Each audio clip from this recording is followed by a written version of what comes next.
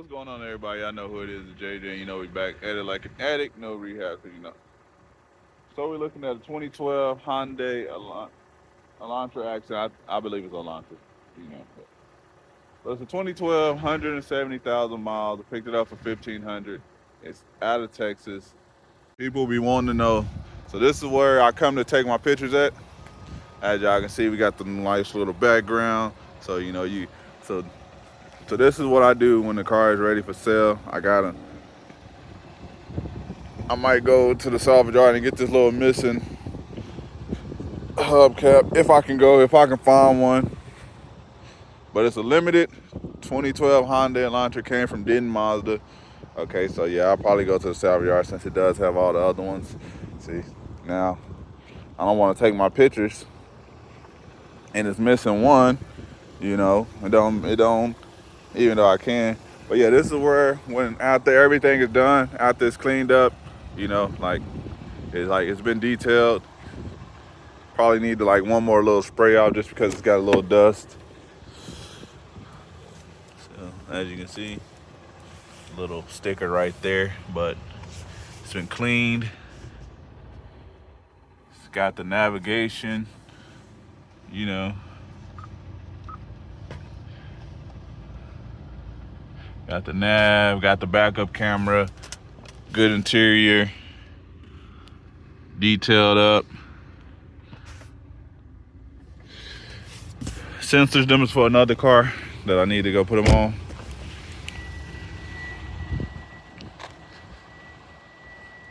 Oh yeah, I got the key in my pockets, you know, push button start. So, you know, see the backup cam. So I'll probably go get that little cap just to make sure it's all good. But yeah, this is where I come and take all my pictures. So this is where I start at first. This is the first picture. The first picture is like that. So that's picture one.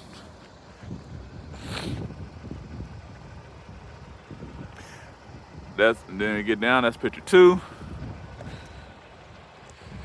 We get down, that's picture three. Or that might be the main photo. So see right there, it looks like a good photo. So you know that can be picture one, the first one that people see.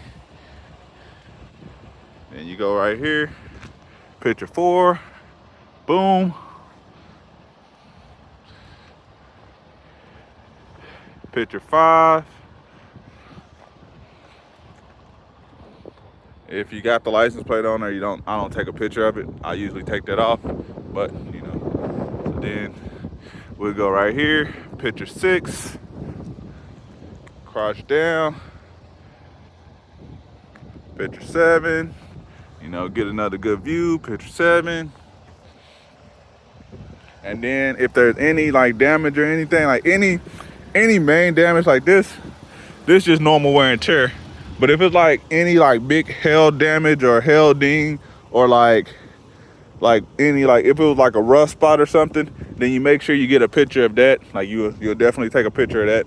So like if there's any rust spots, then you come there, get a good picture of the tires, boom, show them there's good tires all the way around. Like I said, if it's any, like you can add, like it's got some hail damage, you can't really see it, but it's there. Does need to be sprayed.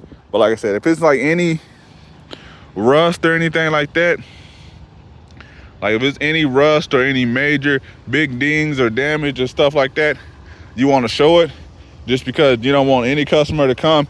You want the customer to come and make the transaction easy as possible. You want them to come. This car looks exactly how it is on the pictures. It runs and drives exactly how you said it does. Boom, easy. They give you the money, they drive with the car. Have a nice day. Then you know you also get a picture of the sunroof. Then you get a picture of the interior, front and back. Boom. You get a picture of the Bluetooth there. Get a picture of the heated seats as well. You know, let them see all the features, heated seats. And then I get my favorite shot.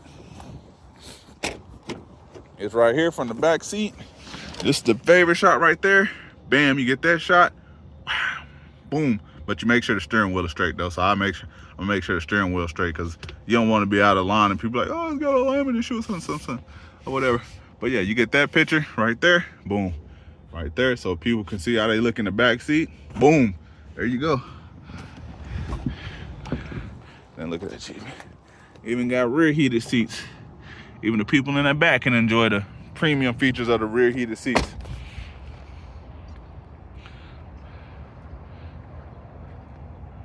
Yeah.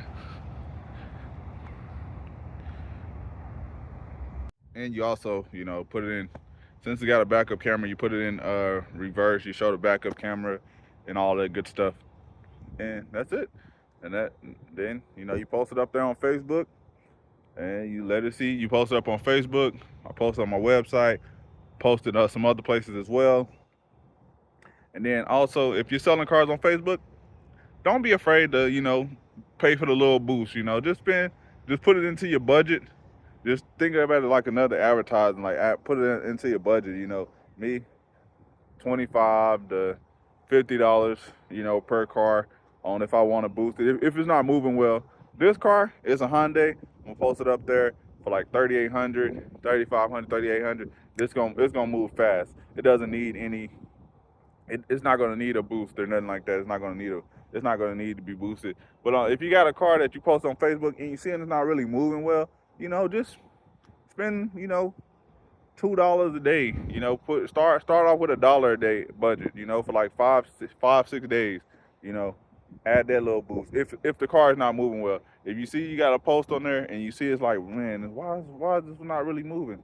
You know, it might not be in that algorithm getting that type of reach. So, you know, you might want to try $1 a day boost and then go $2 a day boost. You know, that's what I do on some cars that ain't moving well. If they not moving well, like, I'll post them. And if they ain't getting no traction like the first 2 days, then I'll go, you know, boost $2, $3 a day, boost it, you know, and get it put in the surrounding areas. You know, it's all about advertising, because, you know, you're competing with millions and millions and millions of people on Facebook Marketplace, and probably hundreds of thousands of people that's selling cars in your area, or at least, you know, thousands of people that's selling cars in the area. So sometimes your car might get flooded out, and also you're competing with bigger car dealerships as well. So, you know, they got $100,000 $1 million advertising budget. So, you know, if they post on there and flood yours out the way, yours might not never get seen. So it's good, you know, add your little marketing budget to it. You know, what's $25? It's not gonna hurt you if that sells you the car, especially if it gets you to the right customer that pays you the full price of what you're asking for the car. Because, you know, it might only be advertised to only the low ballers. Only the low ballers might be seeing your post. Then you pay for that little boost. It puts a little farther out, so somebody that's not in your area, that lives 45 minutes to an hour away from you, that's like, dang, that's a good price. I'm gonna come through and pay you full price. So, but we're gonna do one last walk around. Oh yeah, it's also Monday, so I'm gonna make sure before this video ends, I'm gonna get in my Subaru. I didn't really drive it because it had started getting an oil leak, but it was leaking from the oil pressure sensor. And so since that happened, I took it to my uncle. He fixed that, and I also had him do the water pump and my timing, and also I had already bought the front suspension work, so I had got all that stuff done as well. So, but I'm gonna give y'all a mileage check. I appreciate everybody for rocking. We about to be out after the mileage check on the Subi.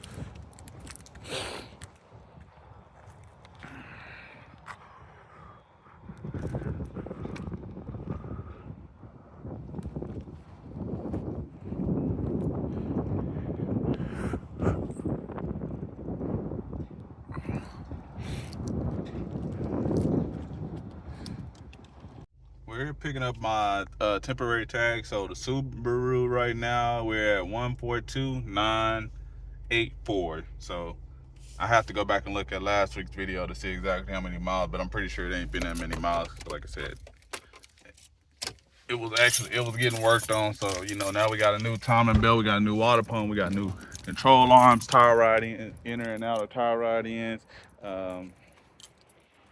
It's like I said, new struts. Next, it doesn't need brakes or anything like that. I put front struts. It don't need rear struts either. But probably my next thing that I'm gonna do is go get some drilled and slot rotors with brakes, and then I'll put some rear struts on, just to get it taken care of, and probably change.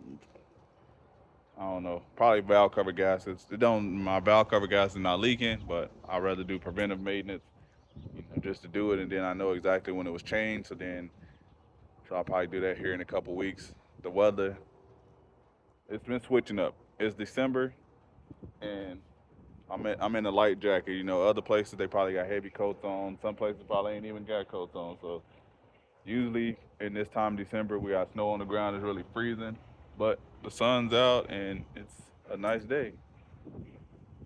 Me and my uncle will get that taken care of. I order all the stuff, rotors, probably some wrist, like I said, rotors, brakes and rotors all around, struts, and valve cover gaskets. So the next day it's warm. Get all that taken care of. So then I know in the month of December that I got everything changed, and my Subaru won't have any problems. Like I said, got good tires all the way around. We got the good tread of tires all the way around. So got that, but as you can see, these little rotors and stuff look all old and rusty and stuff like that. So, but yeah, we're at the place. Ida, get the dealer tags, but there goes Subi. Subi. That's why I made sure I got the timing belt and water pump changed, because what happened to my little Kia Turbo, the timing belt happened, it went out, so I wanted to make sure I got that taken care of, because I don't want to be in that situation again. I appreciate everybody for rocking with me. Let me know y'all mileage in the system. Let me know the mileage below, and also let me know what y'all will sell that Hyundai for. I'm out. Peace.